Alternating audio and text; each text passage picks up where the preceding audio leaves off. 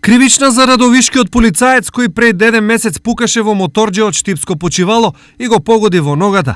Инцидентот кој 28 годишниот М.И. го смести на штипска хирургија е со датум од 12 септември, кога наповикна полицаецот да застанат со мотор. М.И. кој бил совозач и возачот не го сториле тоа. Ова било повод полицаецот да го извади пиштолот и да пука, иако, како што денес утврди внатрешната контрола, употребата на оружје не била оправдана. Поради ова, против М.И. е поднесена кривична пријава за предизвикување општа опасност.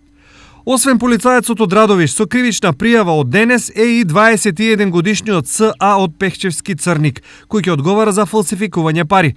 Тој успел да смени 200 евра и тоа не било каде, туку на шалтер во банка, со изговор дека онаа што тој ја има е оштетена.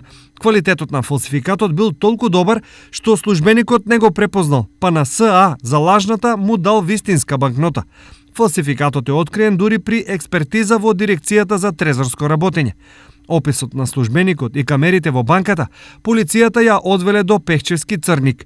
Сепак, истрагата за овој случај не завршува тука, зашто дополнително треба да се утврди од каде фалц парите се набавени и колку лажни банкноти и каде се пуштени во оптек.